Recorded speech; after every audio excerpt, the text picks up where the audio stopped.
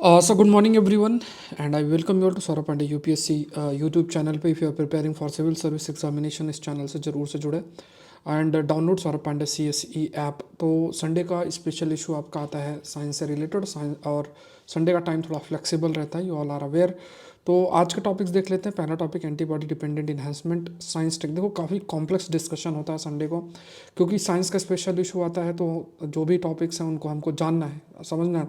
Science tech एक ऐसा area है, साइंस एक ऐसा एरिया जिसमें अच्छे खासा 18 से 20 प्रश्न प्रीलिम्स के अंदर आते हैं, और क्योंकि इंडियन फॉरेस्ट सर्विस भी साथ में है तो इसलिए और अधिक इम्पॉर्टेंट बनता है, बहुत इंपॉर्टेंट है।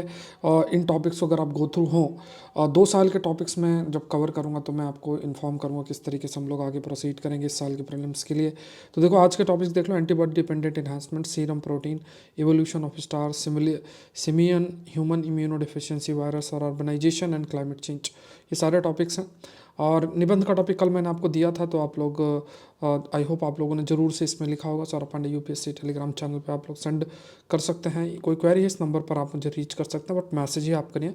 और सौरभ पांडे CSE ऐप जरूर से आप डाउनलोड करें। ये आज टेस्ट है प्रीलिम एडवांस्ड करंट अफेयर्स का, 14th टेस्ट है, रात को 9 बजे 9 PM को। तो देखो टेस्ट जरूर से देना है। 24 की तैयारी कर रहे हो तो ज़रूर से इससे जुड़ना है। एक 10 टेस्ट का सेट लेकर आऊँगा मैं, जिसमें आपका स्टैटिक और करंट अफेयर्स दोनों ही चीज़ें होंगी। तो ये अप्रैल महीने में आएगा, तो जिसमें उन 10 टेस्ट को आप लोग देकर अपना प्रैक्टिस कर लोगे, और काफ़ी हेल्पफुल भी रहेगा। आप उसको डाउनलोड करके भी प्रैक्टिस कर सकते हैं, ऑनलाइन चाहे तो प्रैक्टिस कर सकते हैं। तो ये रहेगा। और अभी ये इसमें लगभग 60% ऑफ है टेस्ट सीरीज़ के अंदर, तो वो भी आप लोग देखें। तो ये टेस्ट सीरीज़ है जो कोई सौरभ पांडे CSE ऐप या वेबसाइट पे जाके आपको इसका लिंक जो है वो मिल जाएगा। मेंटरशिप प्रोग्राम अगेन कल इसकी 11:30 बजे हमारी क्लास है। तो संडे फ्राइडे को मैंने आपको सारा जो हम लोगों ने डिस्कशन भी किया था, और नए टारगेट्स आपको कल मंडे को मिल जाएंगे, नए टारगेट्स पूरे वीक के। और साथ में एक लिंक भी आई विल क्रिएट, जहाँ पे आप ज्वाइन करके अपना पढ़ाई भी कर सकते हैं। तो ये है। और इस पूरी की पूरी सीरीज़ के अंदर जो इसका हिस्सा है, दे ऑल आर अवेयर, हम लोग काफ़ी सारी चीज़ें कर रहे हैं, और सभी लोग रेगुलर क्लासेस भी कर रहे हैं। एक मोमेंटम भी पढ़ाई में अच्छा बन रहा है। जो लोग भी ज्वाइन करें तो इस पे मुझे मेल कर देना है आपको, ठीक है। तो आप मेल करें कहाँ से आपने इन सब्जेक्ट्स को पढ़ा है, प्लस आपका स्कोर कितना है, CSET का प्लान कितना है, इस टाइप से। और Saurabh Pandey UPSC Telegram channel पे आप अपने आंसर्स पोस्ट कर सकते हैं, अपडेट के लिए जुड़ सकते हैं। शुरू करते हैं। Let's see the first topic. Therapeutic antibodies में इन्हांस स्नेक वेनम टॉक्सिसिटी। अब देखो ऐसे टॉपिक्स को आप जब पढ़ते हैं तो ज़रूरी है कि हम ये जानें कि ऐसे जो टॉपिक्स हैं इनसे क्या प्रश्न बन सकता है, क्योंकि हमें ये इतना मतलब ये देखना होता है कि कोई भी कंटेंट जो कवर किया जाता है, क्या उसमें कुछ भी ऐसा है कि हमारे सिलेबस से जो रिलेटेड हो, या जो हमारे सिलेबस से जुड़ा हो। तो ये थोड़ा सा माइंड में हमेशा से क्लैरिटी होना चाहिए। तो इससे एक कंसेप्ट आता है जो हमें पता होना चाहिए, वो है द कंसेप्ट ऑफ ADET। तो ADET का एक कंसेप्ट है, ये थोड़ा सा हम लोग जो है डिस्कस कर लेते हैं थोड़ा सा। इससे पहले क्योंकि एक शब्द यहाँ पे बहुत चर्चित सा हो रहा है, वो थोड़ा सा एक बार गो थ्रू हो जाते हैं। और वो शब्द क्या है, शब्द बार बार जो यूज़ कर रहे हैं वो है एंटीबॉडीज़। ये शब्द जो है आपके लिए यूज़ हो रहा है। तो ये एंटीबॉडीज़ आपने कई बार रीड भी किया होगा, और इसके बारे में हमने स्टडी भी कई बार किया है। देखो कोई भी जो ऑर्गेनिज्म है, मान लो कोई भी जीव है, उसके शरीर के अंदर ये जो एंटीबॉडीज़ हैं, ये एंटीबॉडीज़ आपकी प्रोड्यूस होती हैं। अगर देखा जाए तो ये जो एंटीबॉडीज़ हैं ये आपकी प्रोड्यूस होती हैं। जैसे कोई भी जो डिजीज़ कॉजिंग ऑर्गेनिज्म है, अगर वो एंटर करता है, जैसे मान लो कोई भी डिजीज़ कॉजिंग ऑर्गेनिज्म, जैसे वायरस है, या मान लो कोई बैक्टीरिया है, कोई बैक्टीरिया है, या कोई भी डिजीज़ कॉजिंग ऑर्गेनिज्म जब शरीर के अंदर रीच करता है, तो इनको हम एक टेक्निकल शब्द भी बोलते हैं जिसे हम एंटीजन शब्द यूज़ करते हैं। तो ये जब शरीर के अंदर एंटर करेगा, तो उसके खिलाफ हमारा शरीर क्या बनाता है, एंटीबॉडीज़ डेवलप करता है। और यही एंटीबॉडीज़ जिनके अंदर ये जो एंटीजन है इसके प्रति मेमोरी होती है, तो फ्यूचर में अगर हम कभी भी बीमार पड़ते हैं या अफेक्ट होते हैं तो वो एंटीबॉडीज़ हमें बचाती हैं। जैसे अगर कोई मान लो कोरोना से अफेक्टेड है और वो फिर ठीक हो जाते हैं, तो उनके अंदर एंटीबॉडीज़ होती हैं। या वैक्सीन लेते हैं तो उससे हमारे शरीर के अंदर एंटीबॉडीज़ बनती है। और जब भी डिजीज़ कॉजिंग ऑर्गेनिज्म हमारे शरीर पर एंटर करेगा, so at that point of time हम काफ़ी हद तक हम सर्वाइव कर जाएंगे, क्योंकि वो जो एंटीबॉडीज़ है वो उस जो डिजीज़ कॉजिंग ऑर्गेनिज्म से उससे वो लड़ती है। तो ये थोड़े से पॉइंट्स आपको अगेन वेरी इंपॉर्टेंट आपको ध्यान में रखना है। This is again very important in the context in this context. अब बात कर लेते हैं जो इसमें चर्चा की गई है और वो टर्म जो है वो देख लेते हैं। सो एंटीवायरल, देखो यहाँ एक शब्द मेंशन्ड है, शब्द आप लोग थोड़ा सा सीखने का प्रयास करें। एंटीवायरल शब्द यहाँ पे मेंशन्ड है। सो एंटीवायरल एंटीबॉडीज़ मतलब क्या हुआ कि जो वायरस के खिलाफ, मान लो आपके शरीर के अंदर वायरस की एंट्री होती है और वायरस के प्रति जो एंटीबॉडीज़ डेवलप होंगी वो एंटीवायरल जो है रहेंगी और हमारे इम्यून रिस्पॉन्स के लिए बहुत बहुत इंपॉर्टेंट है अगर देखा जाए, अगर वायरल इन्फेक्शन होता है। बिकॉज जैसे अगर कोई भी वायरस आपके शरीर पे एंटर करता है और ऑलरेडी एंटीबॉडीज़ उसके खिलाफ हैं तो हम उससे बच सकते हैं। लेकिन कुछ जो एंटीबॉडीज़ हैं जो कि like intended to protect the host may sometime prove beneficial to the virus. अब ये एक इंटरेस्टिंग चीज़ है।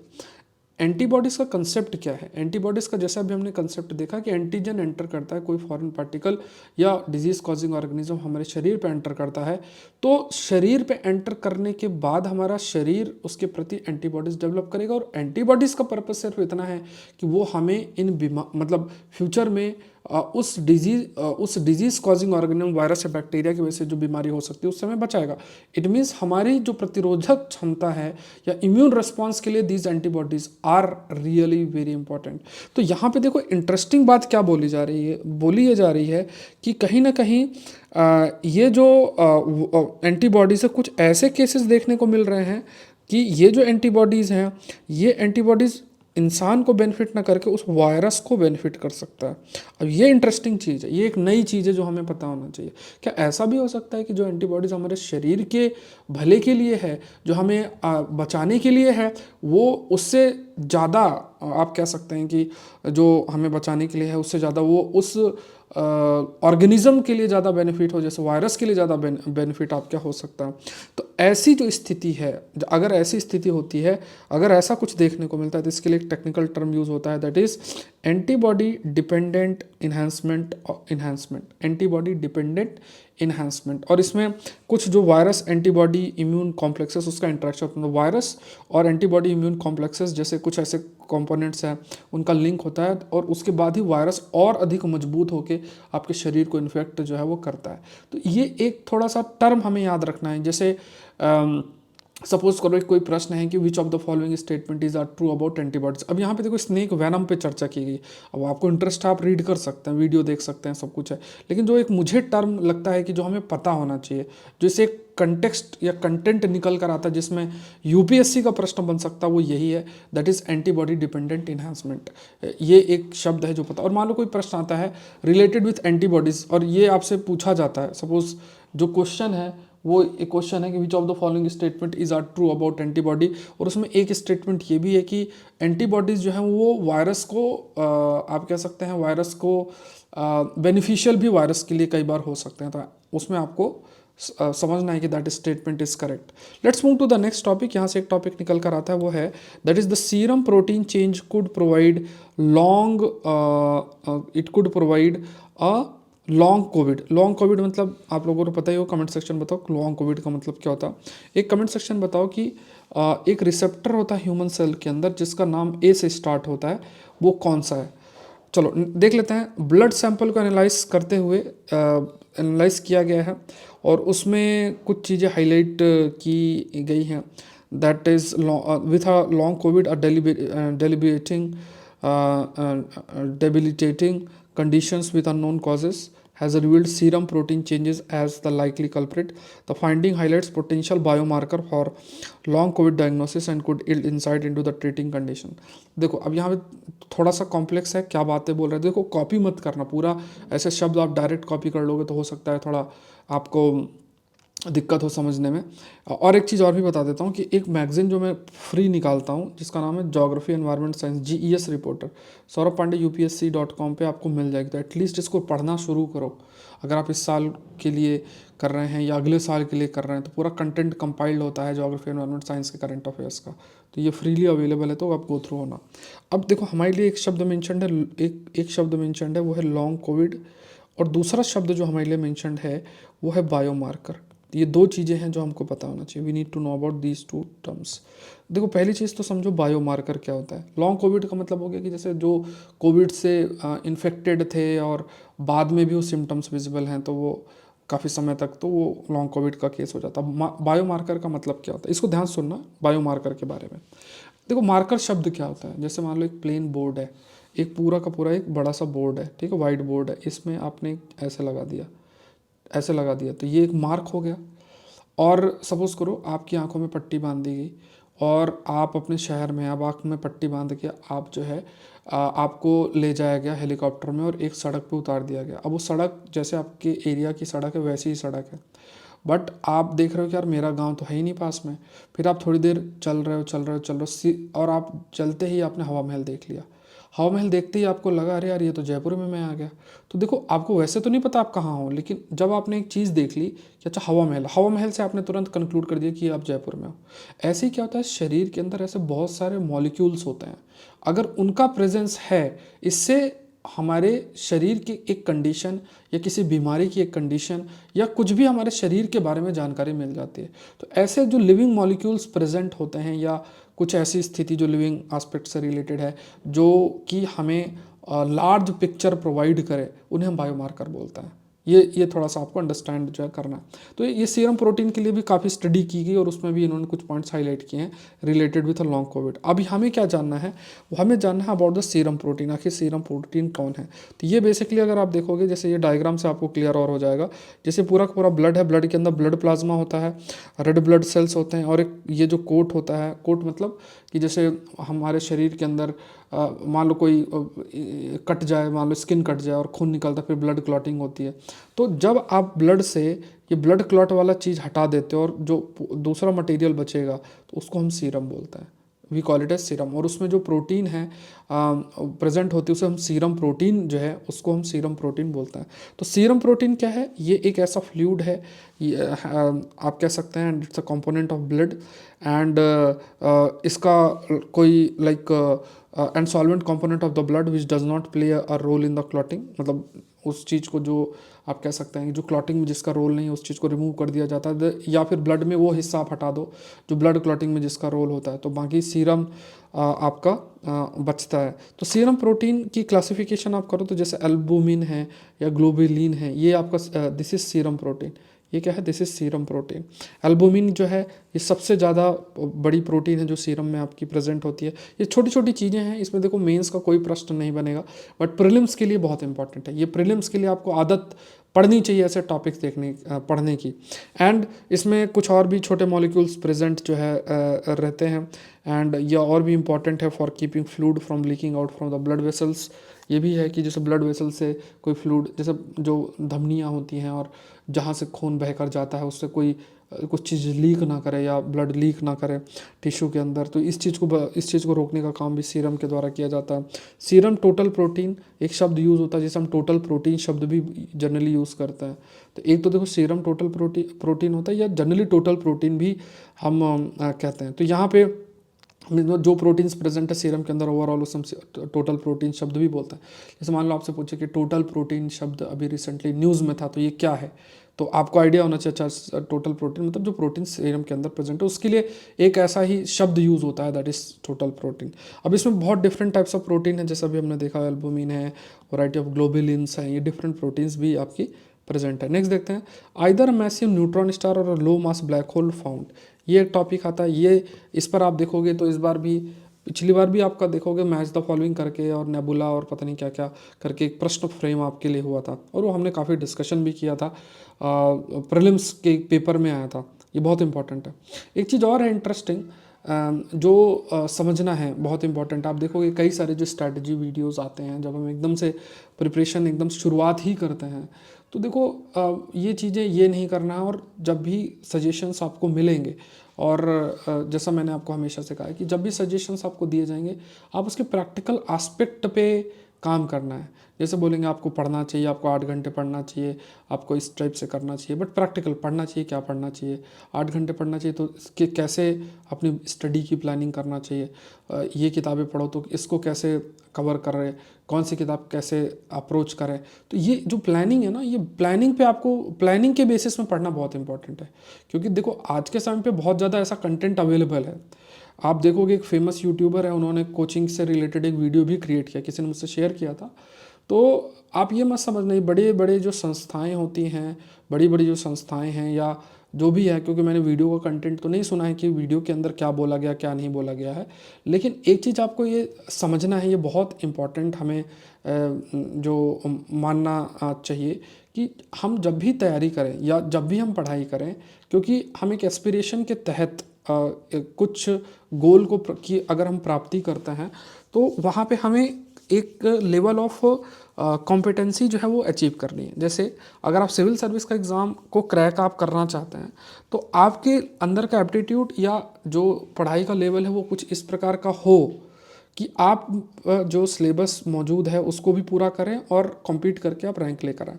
अब पॉइंट ये है कि अगर आप वो खुद से कर सकते हैं, अगर आप वो खुद से कर सकते हैं, बहुत सारे लोग अगर मान लो खुद से कर सकते हैं तो वो ज़रूर से आपको खुद से भी करना चाहिए। बट हमारा एजुकेशन सिस्टम कुछ इस प्रकार से है। देखो एजुकेशन सिस्टम में आप जाओ, स्कूल एजुकेशन में चले जाओ या हायर एजुकेशन सिस्टम में चले जाओ, टीचर्स की ही इतनी कॉम्पिटेंसी नहीं है। अगर आप देखें ना कि वो एग्ज़ाम में की डिमांड को मीट कर सके, मतलब इवन अगर आप किसी यूनिवर्सिटी, सरकारी यूनिवर्सिटी, प्राइवेट यूनिवर्सिटी तो छोड़ ही दो, उसमें तो कोई ऐसे टीचर्स आपको मिलेंगे नहीं, लेकिन सरकारी यूनिवर्सिटी में मान लो आते भी हैं तो कुछ समय तक उनका नॉलेज बेस अपडेट होता है, फिर उसके बाद वो भी नॉर्मल वे में चीज़ें होने लगती हैं। तो आप वो कॉम्पिटेंसी अचीव कैसे करोगे? इस वजह से जो कोचिंग संस्थाएं हैं उनका रेलिवेंस बढ़ता चला जाता है। अब पॉइंट आता है कि किसको ज्वाइन करें, किसको ना ज्वाइन करें, इसका क्या आपको कैसे डिसीजन मेकिंग करते हैं। तो इसमें आप ज़्यादातर जो हिंदी माध्यम या जो भी एकदम नए नए हैं जो चीज़ों को एक्सप्लोर नहीं करते हैं तो वो रील्स के बेसिस में अपना डिसीजन लेंगे। आप देखोगे एक मार्केटिंग स्ट्रेटजी होती है जो फॉलो की जाती है, जिसमें रील्स बनाए जाते हैं। मान लो कोई टीचर है, अब वो टीचर जो भी बड़े बड़े नाम हैं, बड़े बड़े नाम किस भाषा से हैं? हिंदी माध्यम से हैं। बड़े बड़े जितने भी नाम हैं आप हिंदी माध्यम में रिजल्ट क्यों नहीं आता है? इतने बड़े बड़े टीचर्स हैं लेकिन आपको रिजल्ट नहीं मिलता है। इसका रीज़न क्या है कि बच्चे जो हैं रील्स के बेसिस पे अट्रैक्ट हो जाते हैं। जब रील्स के बेसिस पे आप अट्रैक्ट अगर मान लो हो जाते हैं कि अपनी डिसीजन मेकिंग को आप रील्स परसेप्शन बन जाता है, परसेप्शन बन जाता है। जैसे कोई भी अभी बहुत ही आसान, हम लोग भी ऐसा कर सकते हैं। जैसे क्या है कि कोई भी चीज़ चल रही है, जैसे मान लो अभी राम मंदिर का चल रहा है, अब उसमें मैं कोई एक शब्द बोल दूं या कुछ ऐसी चीज़ें बोल दूं तो फिर उसके बाद क्या है, ऐसा ही आप वीडियो पूरा मार्केट में खूब सारा है ना मार्केटिंग कर दो और यही बातें, दो चार मोटिवेशनल चीज़ें सीख लो और उसको बोलना स्टार्ट कर दो। जो चीज़ें कंट्रोवर्शियल हैं उसको ऊपर कुछ बोलना शुरू कर दो, धीरे धीरे आप फेमस हो जाओगे। लेकिन हमें समझना है कि ये तो चलो टीचर का ग्रोथ हो रहा है, ऐसा तो लोग कर सकते हैं। अब स्टूडेंट के लिए इससे क्या मतलब है? स्टूडेंट के लिए तो इसका मतलब स्टूडेंट की जो लॉयल्टी होनी चाहिए वो कंटेंट के लिए होना चाहिए। अब वो कंटेंट ऑफलाइन कोचिंग में आ रहा है, देखो कंटेंट तो आपको करना पड़ेगा। इसमें आपको कोई कह दे कि कोई यूनिवर्सिटी के लिए पढ़ा दे, जैसे मान लो जो मोटिवेशनल स्पीकर हैं, इतना बड़ा नाम है, बहुत बड़ी चीज़ है, उनके वीडियोज़ को मिलियंस में लोग देखते हैं। अब अगर उनका डेटा उनसे ये पूछा जाए कि आपके वीडियो को देख के, इतने जो मोटिवेशनल वीडियो को देख के कितने % लोग लाइफ में कुछ कर पाएँ, आपको देख मतलब अगर आप सोचो कि उनका कैमरामैन ही उनके रोज़ वीडियो देखता है, ठीक है, जो वीडियो बनाता होगा तो उनका कैमरामैन भी तो उनके वीडियो बना ही रहा है ना, एडिटर जो है वो भी एडिट करके उनको वीडियो देख रहा है। तो अगर इतना ही मोटिवेशन का इतना बड़ा इम्पैक्ट होता तो वो लाइफ में कुछ और कर लेते, वो मूवीज़ की एडिटिंग करते या कुछ और वो कर लेते। तो मोटिवेशन का एक बहुत ही एक लिमिटेशन होती है। जैसे आप कभी लो फील कर रहे हैं तो आपने कुछ किसी के बोले हुए शब्दों को सुना तो आपको अच्छा लगा, तो बट उसका बहुत ही क्षणिक इम्पैक्ट होगा। मोटिवेशन के लिए आपको एक गोल का डेफिनेशन बहुत इंपॉर्टेंट है, तो ये बहुत मैटर करता है जब आप सिर्फ चीज़ों को मोटिवेशन के बेसिस पर जो है फॉलो करेंगे। अब आप ये देखो जी, जैसे मान लो कि बड़े, जैसे मान लो सपोज करो कि बड़े मोटिवेशनल स्पीकर हैं, अब वो कहें जैसे स्टूडेंट्स को जैसे किसी ने बताया कि बोला गया कि आप जो है रील्स देख लेते हैं फिर डिसीजन ले रहे हैं, या आप किसी संस्थान के बड़े नाम से जो है जाते हैं वहीं पे फिर उसी में आपने एडमिशन लिया, तो ऐसा क्यों होता है? ये तो ह्यूमन टेंडेंसी है। अगर ऐसा कोई होगा तो ये तो ह्यूमन टेंडेंसी है। क्यों ह्यूमन टेंडेंसी? अब जैसे मान लो कि उनके द्वारा कई एक सीरीज़ चलाई गई थी। उस सीरीज़ के अंदर कोई छोटे आदमी को बुलाया गया, उन्होंने भी किसको बुलाया, जिनका ऑलरेडी बहुत बड़ा इम्पैक्ट यूट्यूब के अंदर है। आपको ऐसे लोग भी मिल जाएंगे जिनका इम्पैक्ट यूट्यूब के अंदर नहीं है, लेकिन फिर भी उनके द्वारा किया गया कार्य बहुत अच्छा है। बट आपने किसको बुलाया इंटरव्यू और इन सब के लिए? आपने बुलाया उन लोगों को जिनका बहुत ह्यूज इम्पैक्ट है, मिलियंस में फॉलोअर्स हैं। तो आप भी वही चीज़ फॉलो कर रहे हो, आप भी उन्हीं की तरफ जा रहे हो जो ऑलरेडी फेमस है। तो स्टूडेंट कैसे मतलब डिसाइड कर सकते हैं जाके कि भाई ये छोटा है बड़ा है? उनको तो जो दिखेगा उनके पास वो जाएंगे। लेकिन देखो, ये सब तो चलो डिबेट का इशू है। हमें समझना है कि जब भी हम किसी संस्थान से जुड़ते हैं या जब भी हम किसी लेवल पे पढ़ते हैं, तो हमें समझना है कि आपकी, अगर आपने एक चीज़ डिसाइड कर रखा है कि आपकी जो लॉयल्टी है वो कंटेंट के प्रति होना चाहिए। कंटेंट जहाँ से अच्छा मिले, यूट्यूब में भी आपको बहुत अच्छे अच्छे लोग मिलेंगे जो आपके कंटेंट को बहुत अच्छा कवर कर रहे हैं। अगर आप उसका इस्तेमाल करना सीख लें, इंटरनेट यूट्यूब का इस्तेमाल करें, ऐप में कुछ क्लासेस होती हैं कई, है ना, तो वहाँ से आपने क्लासेस कर ली। मान लो किसी का कुछ कोर्स अच्छा है, किसी का कुछ कोर्स अच्छा है, तो आपके पास फ्लेक्सिबिलिटी रहती है, तो आपने उसको किया, अपना कोर्स पूरा किया, और देखो फाइनली सिलेक्शन तो सेल्फ स्टडी से ही होता है। प्लस कुछ ऐसी संस्थाएं ऑफलाइन में भी है जिनकी आपको टेस्ट सीरीज़ अच्छी मिलेंगी, आपको लिखने की अच्छा मिलेगा, कुछ रिटन कंटेंट अच्छा मिलेगा। तो ये सब तो करना पड़ेगा। अगर हम इन सब चीज़ों को करें, या तो फिर ऐसे कुछ हो जाए कि सब सुविधा यूनिवर्सिटीज़ में मिल जाए, बट वो पॉसिबल नहीं है। यूनिवर्सिटी में अगर आप पढ़ाई का लेवल देखोगे तो बहुत चीज़ें इतनी अच्छी नहीं है। तो यही तो है, अगर आप सारे स्टूडेंट्स जो हैं जिनका एस्पिरेशन बहुत हाई है, अगर वो सारी चीज़ें अगर आपका यूनिवर्सिटी में हो जाए तो कुछ करने की ज़रूरत ही नहीं है। बट इतने कॉम्पिटेंट टीचर यूनिवर्सिटी के अंदर अवेलेबल नहीं है। तो ये सब देखना बहुत ज़रूरी है। ये बहुत आसान आप कह सकते हो कि किसी के लिए हम उन शब्दों का इस्तेमाल कर लें कि चलो ये ऐसा है, वो वैसा है, हम ऐसे शब्दों का इस्तेमाल कर सकते हैं। वो ठीक है, हमें एक मोरल, एक जस्टिफिकेशन जो है दे देगा, हमें एक बहुत अच्छा जो है वो बोल सकता है। लेकिन हमें ये समझना है कि किसी के एस्पिरेशन को रीच करने के लिए वो मोटिवेशनल वीडियो देख के कोई सिलेक्शन नहीं होगा। आपको कोई ऐसा नहीं कहेगा। आपको एक एग्जांपल, अगर मैं आपको बता रहा हूँ कि कह दे कि एक एग्जांपल आप देख लो कि यार मैंने इस मोटिवेशनल स्पीकर के वर्ड्स सुन के और मैं सेलेक्ट हो गया, नहीं मिलेगा आपको। आप देखो ना, कई ऐसे यूट्यूब के प्लेटफॉर्म्स हैं, है ना, तो आप उनका देखो कि उनको लोग फॉलो करते हैं, फ्रीली कंटेंट उनको मिल रहा है, उनको फॉलो करते हैं पढ़ने वाले जो बच्चे हैं, और फ्रीली कंटेंट उनको मिल रहा, फॉलो करके, और वो सेलेक्ट हो गया और उन्होंने उनका नाम भी लिया है, बाकायदा उन्होंने बोला भी हुआ, टॉपर्स भी आपको देखने को मिल जाएंगे। ऐसे लोग काम कर रहे हैं, बट ये लोग चुपचाप अपना काम करते रहते हैं। अब पॉइंट ये है कि हम ऐसे लोगों को आइडेंटिफाई कर पाएँ, ये बहुत मैटर करता है। ठीक है, चलो यहाँ पे देखते हैं। इधर अ मैसिव न्यूट्रॉन स्टार और low mass black hole found, researcher who used a telescope in South Africa report discovery. तो यहाँ पे देखो इन्होंने कुछ चीज़ें कही हैं कि मतलब एक टेलीस्कोप के माध्यम से कुछ मिला है जिसमें कहा गया या तो ये ब्लैक होल है या तो ये न्यूट्रॉन स्टार है। तो ये तो चलो आप रीड कर लेना। अब थोड़ा सा मैं पॉइंट्स आपको बता देता हूँ। जैसे स्टार का जब आप एवोल्यूशन को स्टडी करते हैं तो इसमें देखो ये नेबुला होता है। जैसे इस बार प्रश्न आया था ना, आप देखोगे तो नेबुला मतलब ये क्या है, ये गैस और पार्टिकल्स का कॉम्बिनेशन है, तो इसी से फिर बनना स्टार्ट होता है। तो जैसे नेबुला है, फिर ये आपका रेड जायंट प्लैनेट, फिर आपका प्लैनेटरी नेबुला, फिर वाइट डॉर्फ है। तो ये सब क्या है, ये स्टार है। तो मतलब ज़्यादा अगर बड़ा मास नहीं है, मतलब लो टू मीडियम मास स्टार है, तो उसकी लाइफ साइकिल कुछ इस तरीके से चलेगी।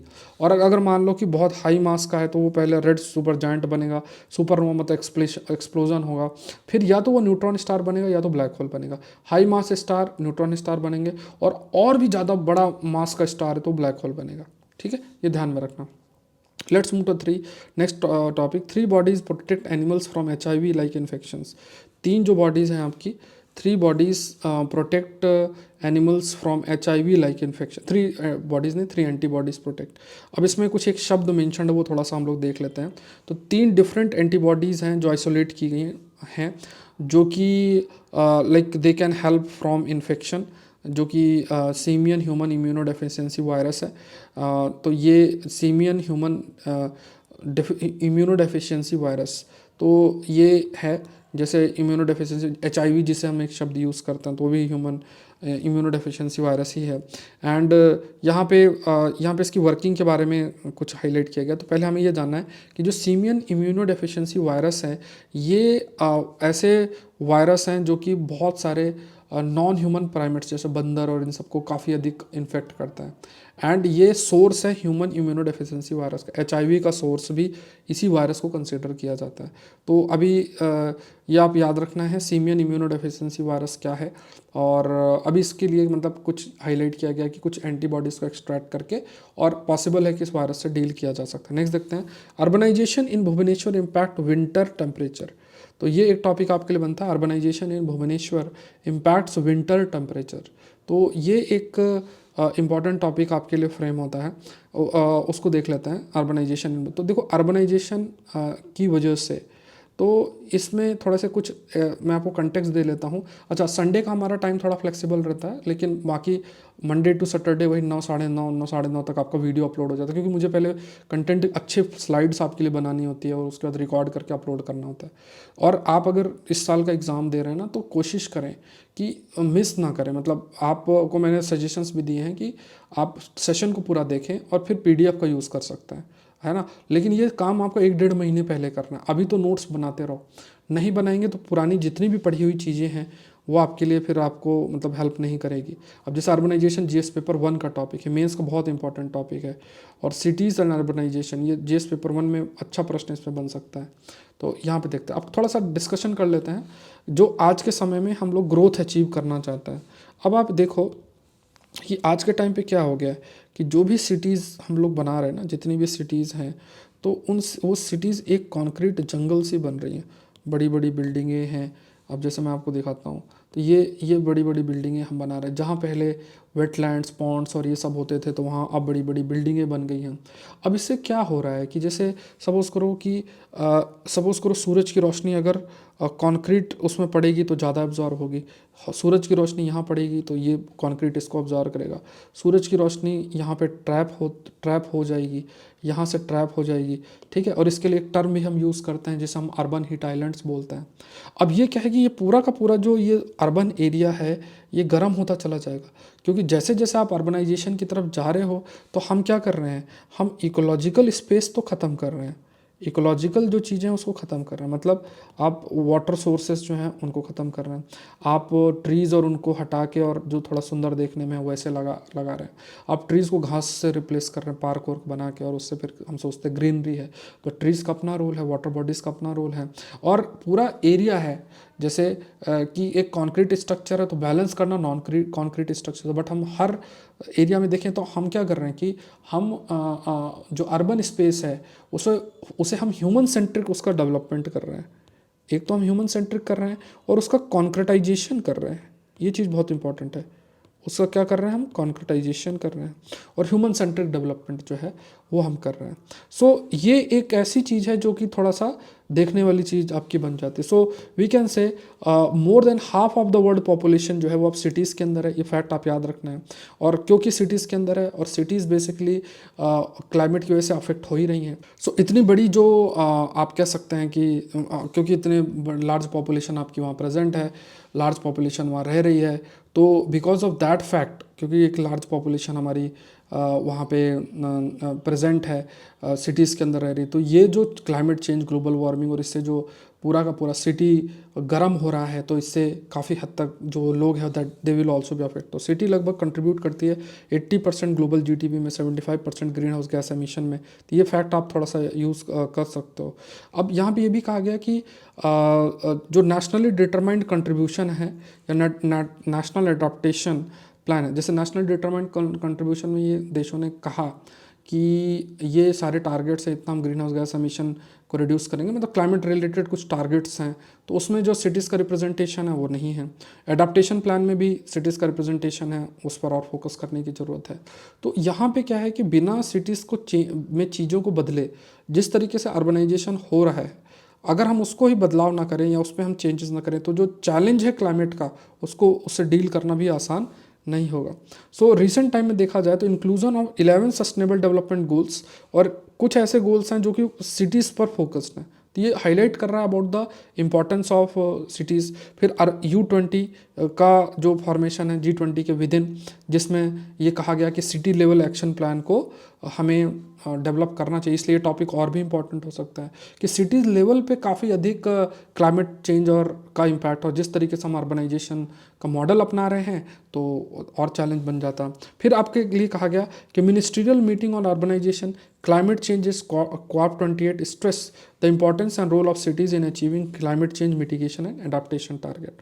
तो जो मिनिस्ट्रियल मीटिंग ऑन अर्बनाइजेशन और क्लाइमेट चेंज से रिलेटेड COP28 के अंदर जो ये मीटिंग आपकी हुई थी, उसमें भी सिटीज़ के रोल को बहुत हाईलाइट किया गया था कि जिस तरीके से सिटीज़, क्योंकि इतनी लार्ज पॉपुलेशन सिटीज़ के अंदर रह रही है, अगर उसमें सस्टेनेबल और एनवायरनमेंट फ्रेंडली प्रैक्टिसेस को फॉलो नहीं किया जाएगा तो जो भी टारगेट्स हम करना चाहते हैं, जिससे हम क्लाइमेट चेंज से डील करना चाहते हैं, वो भी फिर टारगेट्स हमारे मीट नहीं हो पाएंगे। ये भी ज़रूरी है। तो चाहे हम मिटिगेशन से रिलेटेड या अडाप्टेशन से रिलेटेड जो भी हमारे एक्शन प्लान हैं, उन एक्शन प्लान में ये बहुत ज़रूरी है कि हम जो सिटी सेंट्रिक एनवायरनमेंट फ्रेंडली और सस्टेनेबल डेवलपमेंट मॉडल को फॉलो करें। तो इसमें भुवनेश्वर का एग्जांपल दिया गया, आप भी कोट कर सकते हैं, जिसमें बहुत तेज़ी से अर्बनाइजेशन हुआ, लेकिन अर्बनाइजेशन के बाद से आप कह सकते हैं कि सिटी के अंदर जैसे कई चीज़ें, हीट स्ट्रेस या अर्बन हीट आइलैंड का फॉर्मेशन या जो इकोलॉजिकल स्पेस है सिटीज़ के अंदर, उसमें भी रिडक्शन देखने को आपका मिला है। तो 60% ओवरऑल जो वार्मिंग है वो ऑब्जर्व की गई है लोकल एक्टिविटीज़ के बदलाव की वजह से। उसके बाद हीट की ट्रैपिंग एक बड़ा फैक्टर है, जैसे मैंने आपको बताया। फिर decrease evapo transmission due to replacement of natural surface. तो इवापो ट्रांसमिशन का मतलब होता है जो ये मॉइस्चर होता है, मॉइस्चर जो आपका, जैसे मान लो सॉइल है, सॉइल में मॉइस्चर है तो उसका इवापरेट होना, प्लस पत्तियों से वाटर वेपर के फॉर्म में जिसे हम ट्रांसपीरेशन कहते हैं उसका इवापरेशन हो, तो दोनों मिलकर इवापो ट्रांसपीरेशन बनता है। और इसका रेनफॉल में भी बड़ा रोल होता है कि एटमॉस्फेयर में जो मॉइस्चर है उसके एडिशन में इसका बहुत बड़ा रोल होता है। तो अब क्योंकि अब ना मिट्टी है ना पौधे हैं, तो इवापो ट्रांसमिशन अपने आप ही रिड्यूस होगा और कंक्रीट जंगल जो है वो आपके बन रहा है। फिर विंड स्पीड भी है, क्योंकि देखो विंड के मूवमेंट के लिए high pressure low pressure creation जरूरी है। अब पूरी जगह ही अगर गर्म है और हवाएं ट्रैप्ड हैं तो विंड का मूवमेंट भी आपका काफ़ी हद तक अफेक्ट होगा, वहाँ का जो क्लाइमेट है वो भी चेंज होगा। मान लो ठंड का टाइम है, ठंड के टाइम में अगर हीट वहीं पे ट्रैप्ड है तो इतना अधिक टेम्परेचर के रिडक्शन देखने को नहीं मिलेगा, तो ये ज़रूरी है। तो हमें अपनी अर्बन प्लानिंग जो है कुछ इस तरीके से करनी पड़ेगी जहाँ पे इन चीज़ों को समझा जाए। अर्बन में लेवल पे जो साइंटिफिक एक्सप्लोरेशन है बहुत इंपॉर्टेंट है। साइंटिफिक लेवल पे देखा जाए कि अगर हम इस प्रकार की प्लानिंग करते हैं तो उसका इम्पैक्ट ओवरऑल कैसे और क्यों पड़ेगा। स्टेप्स नीडेड, तो यहाँ पे जैसे कुछ जैसे घर जैसे बनाए जाते हैं, कूल रूफ्स होने चाहिए, उसमें कुछ ऐसे पेवमेंट्स होने चाहिए जो कि हीट को ज़्यादा एब्जॉर्व ना करे, तो रिफ्लेक्टिव पेवमेंट्स होने चाहिए। ब्लू ग्रीन मतलब वाटर और पौधे, पेड़ पौधे, ये सब चीज़ें जो है हमें लगाने पड़ेंगे। फिर हमें कोशिश करना पड़ेगा कि जो हमारी सिटीज़ हैं वो क्लाइमेट रिजिलियंट हो। इसका मतलब उसका स्ट्रक्चर, इंफ्रास्ट्रक्चर कुछ इस तरीके से हो कि जो इम्पैक्ट है क्लाइमेट का वो मिनिमम हो या बिल्कुल भी ना हो।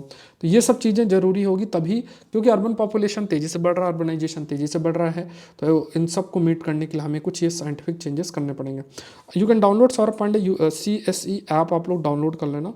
और यहाँ पे यहाँ पे आपको ये सब कुछ फ्री आपको ये सब मिलेगा। मतलब सौरभ पांडे UPSC.com वेबसाइट आप लोग डाउनलोड करना, तो मतलब उसमें विजिट करना, ये सब आपको मिल जाएगा। इसके अलावा ये मैगजीन जरूर से आप लोग रीड कर लेना, नवंबर की पब्लिश होगी, दिसंबर की प्रिपेयर हो रही है। सौरभ पांडे UPSC.com पे जाओगे तो आज हमारा ये आप लोग एडवांस करंट अफेयर्स का 14th टेस्ट जो है वो शेड्यूल्ड है।